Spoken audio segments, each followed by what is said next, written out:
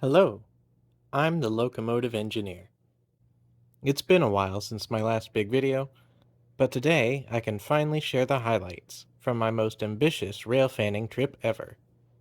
In August, I traveled through Pennsylvania and New Jersey to see and experience a variety of incredible locations, excursions, museums, and railroads over the course of 6 days. The trip was made doubly fun by the inclusion of my friend from the Alcos and Rarities channel, who flew out from Missouri to join in on the action. So just what makes up a week-long vacation for two rail fans? I'm glad you asked. Broadly speaking, the trip was planned with two main goals in mind. First, we wanted to see newly restored Reading T1 number 2102 on one of its first post-overhaul ramble excursions. The Reading T1s have always been a favorite of mine, so this was one I'd been waiting to catch for quite some time. The second objective of our trip was a good old-fashioned Alco Safari along the Delaware-Lackawanna Railroad in Scranton. As big Alco fans, we have both had this one on our to-do list for many years. With those two goals providing a framework to build an itinerary on, we soon came up with a robust schedule of rail-related fun to fill a week-long vacation with. After leaving Virginia late on Friday morning, we made our first train-related stop in Middletown, Pennsylvania, to check out the Middletown and Hummelstown Railroad's yard. We arrived only a few minutes before the end of their day, but we were just in time to watch as the crew removed a GE 65-tonner from the day's train and returned it to the shop track. Though their distinct Western Maryland-painted S6 was nowhere to be seen, it was nice to find M&H T6 number 1016 parked in the yard.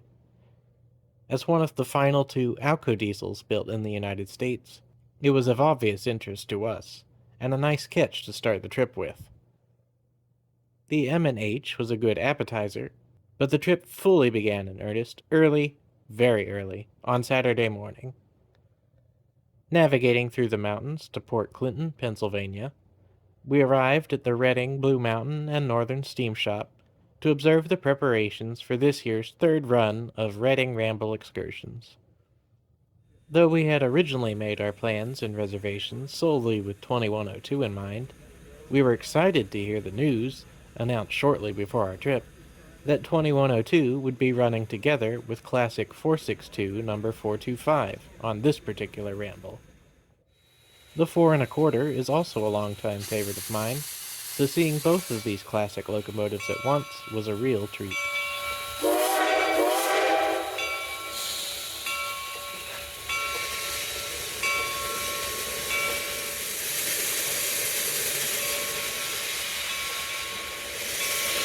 After watching the grand show in Port Clinton, we decided to travel up to Jim Thorpe's to meet the excursion as it arrived in town. Within minutes of parking, we were greeted by another set of RBM&N favorites, their exquisite pair of former Norfolk Southern Executive F units. After watching the classic cab units load their train, we decided that the traffic was getting a little too intense for our taste, and we moved on to catch the excursion as it passed through the iconic tunnel at Nesquehoning. Being mostly unfamiliar with RBM&N operations going in, we were a little disappointed to realize that inbound trains coast quietly downhill through the tunnel. Nevertheless, it was still cool to see two of the East Coast's finest steam locomotives working a long train all by themselves, the way it should be.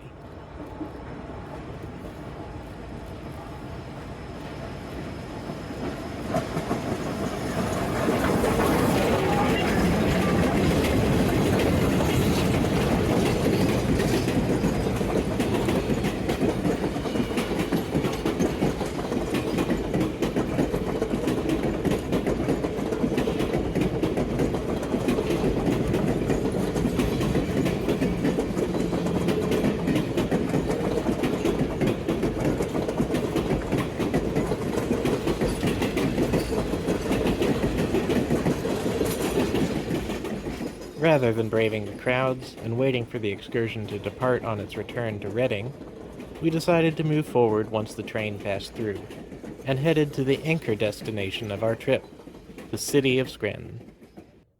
Upon arriving in Scranton, our first order of business was to head to the Steamtown National Historic Site. To our delight, we found exactly what we were looking for: the active, burbling Alcos of the Delaware-Lackawanna Railroad. We watched for several hours as a collection of Alco and Montreal-built Century Series diesels switched cars around the Steamtown yard.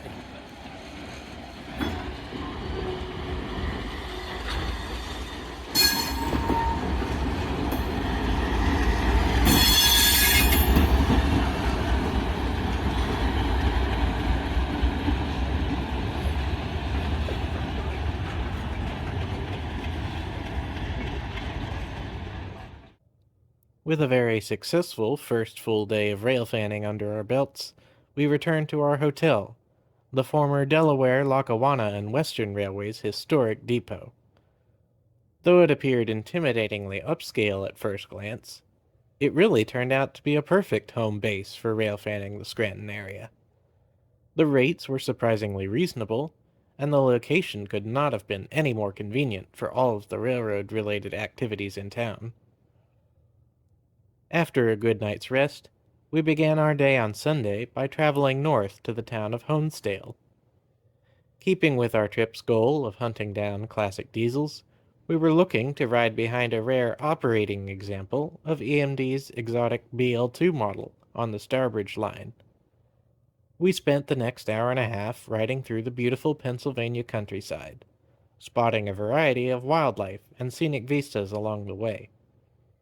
For us, however, the true highlight was passing by the railroad shop facilities and seeing their incredibly diverse deadline. Housing everything from Jeeps to an Alco cab car to an unexpectedly wide variety of F units, they have quite an eclectic collection of equipment under their care. After returning from the morning's excursion, we briefly stopped to glance at the D.L.'s von Storch locomotive shops, where we found both of my favorite units on the D.L. roster, an impressive set of bookends that really showcase Alco's history. First, we have classic high hood switcher number 603, one of the earliest Alco diesels ever made. A fairly recent addition to the D.L. fleet, it is marked for full operating restoration back to its as-built condition within the next few years. Secondly, we have C636 number 3642, the culmination of Alco's decades of work within the diesel locomotive field, and a truly majestic beast. The most modern locomotive ever designed by Alco, and the final model in the domestic Century series, this 3,600 horsepower brute is the last of its kind in existence in 2022. Seeing both of these units was a true highlight of the trip. After another quick visit to Steamtown, we decided to retire early and plan out the next day's adventure, a genuine Alco-powered train chase. Rising bright and early on Monday morning, we saw a variety of locomotives being prepared at the Steamtown yard. Eventually, it was M420W number 2045 and C425 number 2461 that left town to travel the main line towards Pecona Summit. We followed the train as it worked its way through Moscow, Goldsboro, and Tobyhanna, catching it as it performed a variety of moves and switching maneuvers at each stop.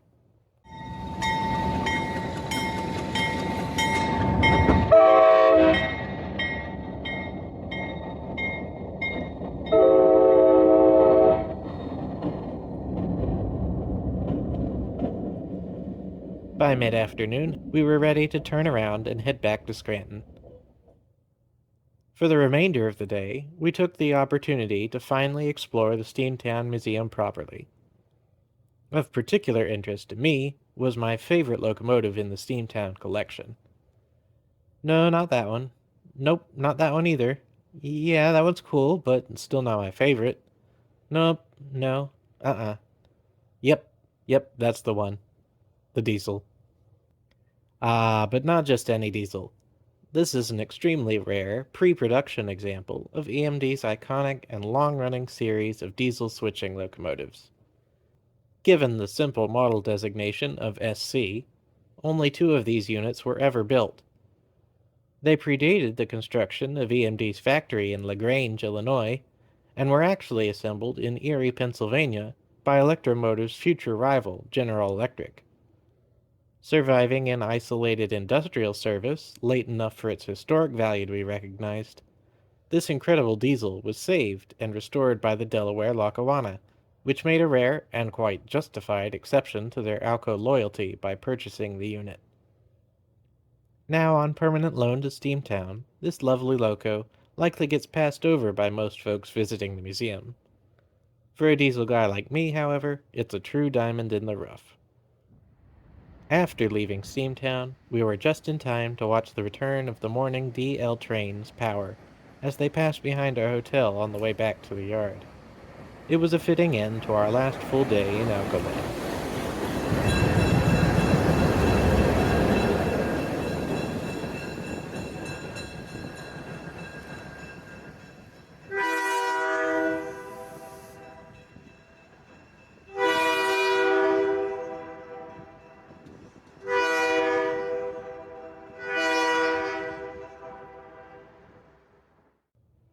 Tuesday ended up being the low point of the trip, as the weird schedules, sleep deprivation, and general overextension finally conspired to leave me feeling rather ill.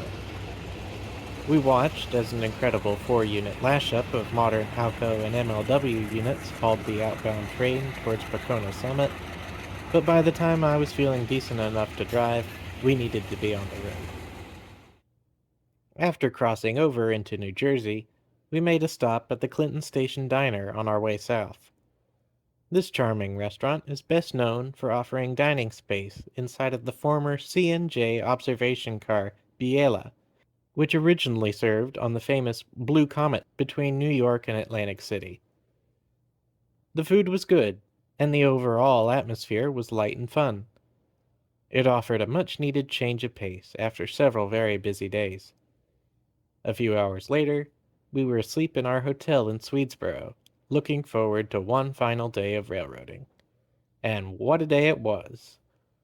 Waking up on Wednesday morning, we made our way to SMS Line's yard and shops in the Pure Land Industrial Complex. There, we spent the day exploring the largest collection of historic Baldwin diesel locomotives in the United States. Classic DS441000 number 9069 was the power for the morning switching crew as they sorted tank cars throughout the miles of track that weave their way through the swamps and industries of Logan Township. This veteran of the Pennsylvania Railroad is, sadly enough, the only surviving Baldwin diesel from that railroad. An especially sobering fact, once you consider that over half of the diesel locomotives produced by Baldwin were delivered to that road. Over 7 decades after it left the factory at Eddystone, however, it still continues to diligently perform the duties it was designed and built for, a testament to Baldwin's rugged and enduring craftsmanship.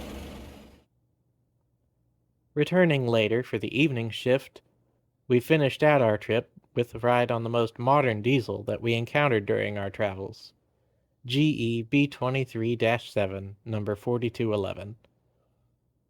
Though modern by the standards of our trip, however, this diesel has nevertheless been in service for nearly half a century. Still wearing the Santa Fe colors it was delivered in back in 1978, this locomotive is a true time capsule, and a very cool unit in its own right, even if it was somewhat outshone by the historic fleet that surrounded it. With that, our trip finally drew to a close.